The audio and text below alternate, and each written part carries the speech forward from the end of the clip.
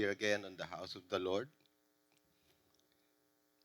Today, I'm going to give a exhortation about endurance through temptations. On 1 Corinthians chapter 10, verse 13, it says, "The temptations in your life are no different from what others experience. And God is faithful. He will not allow the temptation to be more than you can stand.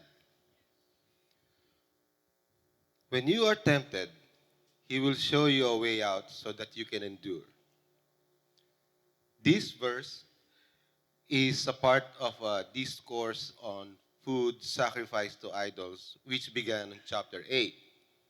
Later, Apostle Paul offers word of caution for his readers regarding sin and temptation. He cites the failures of the Israelites in the Old Testament as a warning against indulging in evil, idolatry, sexual immorality, and even grumbling against God are actions that Christians should avoid. This applies to both the strong and the weak. Now, the former should be careful not to fall. I mean, the weak. And the weak should not be led astray by the freedom of the strong. We know we should avoid sin, but to our dismay, we still face temptations. This is a consequence of the sinful world in which we live and the sinful nature within that desire, what is contrary to God's will. There will come a time when we're glorified and completely free of sin.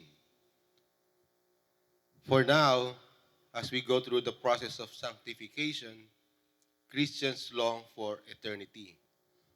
On the verse that we have said or we have read, it also addresses our inclination to sin, which is a fact. No temptation has overtaken you except what is common to mankind. This can be paraphrased as there's nothing you are tempted by that no one has ever gone through before. Our temptations are not unique to us. Others have battled with similar. This is encouraging for tempted Christians who feel no one will understand what they are being enticed to. It is also prevents despair. If someone else has overcome the same temptations, there's an open door for more overcomers. Now, the remaining part of the verse provides further encouragement, and God is faithful. He will not let you be tempted beyond what you can bear, but you are tempted. He will also provide a way out so that you can endure it.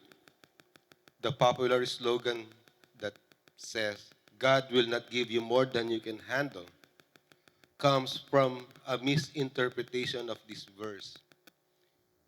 We will face hardship. And some of those difficulties might very well be things we cannot handle on our own. But if we belong to Christ, God will not allow any difficulty to come our way that we are incapable of bearing. In the power of Christ, with every temptation and every testing we face, God will remain faithful to us. He might not keep us from the test, but He will provide a way to endure the test. It is worth noting that God does not tempt anyone.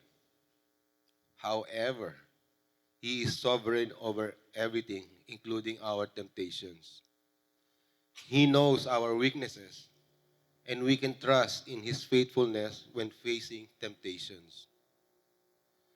It may not always seem so, but there's always a way out.